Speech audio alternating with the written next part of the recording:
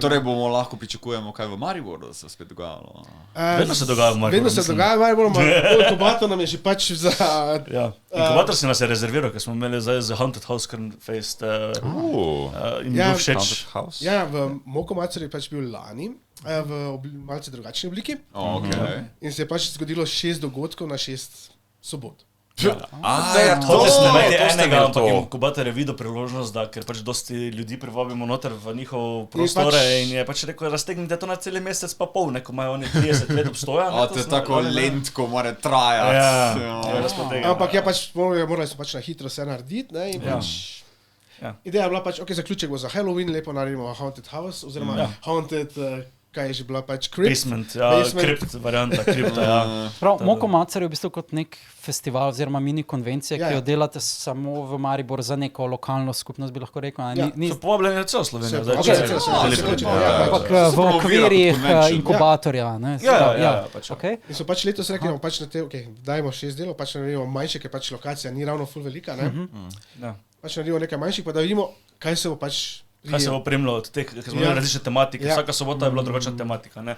Je bil bazar, je bil potem malo main event kot Haunted House, pa tako. Imeli ste japonski šolsko tematiko, ne? Ja, pa te grozljivke, jokaj. In kaj se je pol izdalo, kaj je najboljše? Pač bazar je definitivno bil... Bazar je bil vedno... Pa Haunted House dejansko tudi. Mislim, da čist prvi event, ki ga Animoko kdajkoli imel pod našim okriljem skupino, mislim, da je bil dejansko bazar. Ja, Anime bazar je bil takrat. To je bil takrat pač Bring It By varianta, če poznate iz avstrijskih konvenčenov. Ne, kaj je to? Pač stara roba. Pač prinese staro robo in potem oni zadeje prodaje.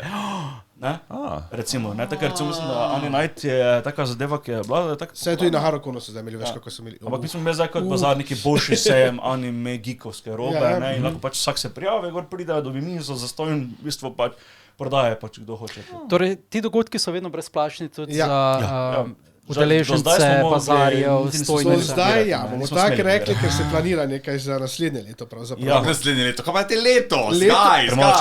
Letos je premalo časa, ampak vse se rekel, oktobra pač bo spet en manjši dogodek. Bomo imeli definitivno. Ker pač so nas že rezervirali si v inkubatorju. Mi lahko mogoče še malo bolj opišete, kako izgleda programska schema skozi dan, kaj se dogaja, kako je mogoče tloris, kako je razdeljen po... Kaj za večji dogodek ali zdaj po sobotah? Recimo, ko imate raztegnenih čez 6 dni, rekel ste, da imate tematske, ne? Kaj se pa specifično dogaja na teh dogodkih? Imaš še kakšno spremljevalni program? Ja, to tako in tako, vedno spremljevalni program. Enkrat je bilo pač board game dejansko, pač tisto je bilo, pač ful smo imeli spremljevalnega programa. Predstavitev državnih iger so imeli tako na mizah, potem so pa imeli pač tematiko, Kickstarter pa te zadeve, kako se pač priješ do... dejansko, kako priješ do tega in so pač imeli dejansko predavanje o tem, ne? Ja. Zakonska nisem bil. Pač v bistvu smo takrat šli na to forum. Pa predstavitev ene igre, ki še pač dejansko ni zunaj, imenuje se Ext. Ext. Dejansko je, kot da bi špilal Yu-Gi-Oh pa šah skupaj. Slovenci delajo. In sta pač predstavljala igro, ki še ni izdana in dejansko ful cool dobro izpadla in vsi so bili navdušeni, ful je bila gužva, pač vedno tam pri tisti storici, ker se potem predstavljala in pač... To dobro.